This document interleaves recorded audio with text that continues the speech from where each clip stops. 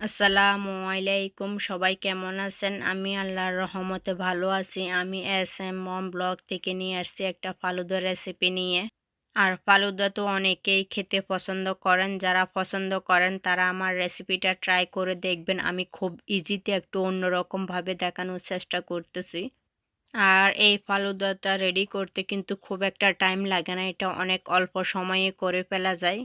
তো ফালুদাটা বানানোর জন্য প্রথমে আমি একটা ফালুদার প্যাকেট নিয়ে নিচ্ছি। এগুলো রেডিমেড প্যাকেট যে কোনো শপে কিনতে পাওয়া যায়। এখানে 200 গ্রামের একটা প্যাকেট আমি নিয়ে নিয়েছি। আর এই ফালুদার সাথে আমি একটু সাগু অ্যাড করব, এই জন্য আমি এখানে হাফ কাপ সাগুকে ভালোভাবে ধুয়ে 2-3 ঘন্টার জন্য ভিজিয়ে রেখেছিলাম। একটু লং টাইম ধরে ভেজালে খুবই তাড়াতাড়ি সিদ্ধ হয়ে যায়, আর ভিতরের যে সাদা অংশটুকু আছে এটা খুব তাড়াতাড়ি সিদ্ধ হয়ে যায়, এজন্য একটু লং টাইম ধরে ভেজানোর চেষ্টা করবে। এখন প্রথমে আমি সাগুগুলাকে রান্না করে নেব। সাগুগুলাকে রান্না করার জন্য আমি এখানে বেশ কিছু পানি দিয়ে দিয়েছি। পানিটা দেওয়ার পর সাগুগুলা দিয়ে দিচ্ছি। সাগুগুলা দেওয়ার পর একটু নেড়ে দিয়ে কুকারটা অন করে দিয়েছি। আর সাগুর সাথে বেশি করে একটু পানি দিতে হবে, যাতে একটার সাথে একটা না লেগে যায়, দলা না বেঁধে যায়, এই জন্য পানিটা একটু বাড়িয়ে দিতে হবে। তো পানিটা দেওয়ার পরে আমি কুকারটা অন করে দিয়ে দিয়েছি। কুকারটা অন করে দেওয়ার পরে এভাবে 2-3 বার ব্লক আসার পরে আমি কুকারটা অফ করে নিয়ে নিচ্ছি। আমি এটাকে পুরোপুরি সিদ্ধ করব না, জাস্ট হাফ সিদ্ধ করে এটাকে আমি অফ করে নিচ্ছি। আর আমি একটা চামচে নিয়ে আপনাদেরকে দেখিয়ে দিচ্ছি যে কিরকম করে নিতে হবে। ভেতরটা ভালোভাবে সিদ্ধ হয় নাই, ওরকম অবস্থাতে নামিয়ে ফেলতে হবে। নামিয়ে ফেলার পর এই যে আমি একটা চালনিতে ঢেলে নিয়েছি। ঢেলে নেওয়ার পরে ঠান্ডা পানি দিয়ে 2-3 বার ধুয়ে নিয়ে নিয়েছি। 2-3 বার ধুয়ে নেওয়ার পর এই যে দেখাচ্ছি আপনাদেরকে, শাকগুলো অনেক জর্জর হয়ে গেছে, এই যে দেখতে পাচ্ছেন। এটাকে এখন আমি রেখে দেব পানিগুলো ঝরার জন্য। তো এদিকে চলে যাচ্ছি আমি ফালুদাগুলো রান্না করার জন্য। তো প্রথমে একটা পাতিল বসিয়ে দিয়েছি, তারপর দিয়ে দিব, এখানে আমি 200 গ্রাম একটা প্যাকেটের সাথে দিয়ে দিচ্ছি 1 কেজি মিল্ক, হাফ কাপ পানি দিয়ে দিচ্ছি। দিয়ে ভালোভাবে প্রথমে মিক্স করে নিচ্ছি। মিক্স করে নেওয়ার পর এখন আমি এটার সাথে ফালুদাগুলো দিয়ে দিব মিল্কগুলো ঠান্ডা থাকা অবস্থায়। তো ফালুদাগুলোকে প্রথমে আমি প্যাকেট থেকে বের করে নিচ্ছি। নেওয়ার পর এক সাইড কেটে এরপর ঢেলে দেব। আর এই রেডিমেড ফালুদার সাথে আমি এক্সট্রা কোনো চিনি বাদাম কোনো কিছু ইউজ করব না, এটা সব একসাথে দেওয়া থাকে, এটা আর এক্সট্রা দেওয়া লাগবে না। তো এখন আমি মিল্কের সাথে ফালুদাগুলো মিক্স করে নিচ্ছি। মিক্স করে নেওয়ার পর কুকারটা অন করে দিয়ে মিডিয়াম আছে এটাকে আমি 2 থেকে 3 মিনিট রান্না করব। এভাবে 2-3 বার ব্লক আসার পরে আমি কুকারটা অফ করে ফেলব। আর আপনারা আপনাদের পছন্দের কালার ইউজ করতে পারবেন। আমার কাছে গ্রিনটা একটু ভালো লাগছে, এই জন্য আমি গ্রিন কালারটা ইউজ করতেছি।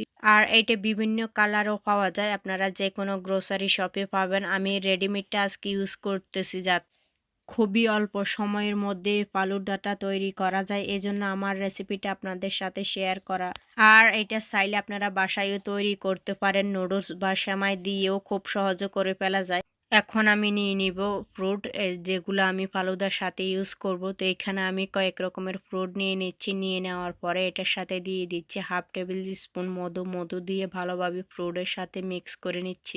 আর এই ফ্রুটের সাথে একটু মধু মিক্স করে নিলে ভালো হয়, খেতে ভালো লাগে, টেস্টটা একটু অন্যরকম আসে। আর বানানা আপেলগুলো খুব তাড়াতাড়ি কালো হয়ে যায় না।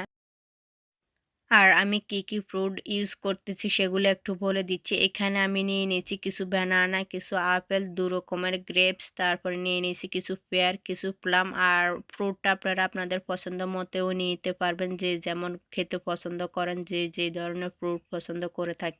তারপর নিয়ে নিয়েছি কিছু জেলি। এখানে আমি কিছু ইয়েলো কালারের জেলি বানিয়ে নিয়েছি, আর কিছু মেরুন কালার। তারপর হচ্ছে সাগু, তারপর হচ্ছে কিছু আনার, তারপর হচ্ছে কিছু খেজুর। তো এখন প্রথমে আমি ফালুদাগুলো বানানোর জন্য কয়েকটা গ্লাস নিয়ে নিয়েছি। গ্লাসে আপনারা আপনাদের পছন্দ মতো সাজিয়ে নিতে পারবেন। তো নিয়ে নিচ্ছি প্রথমে কিছু জেলি।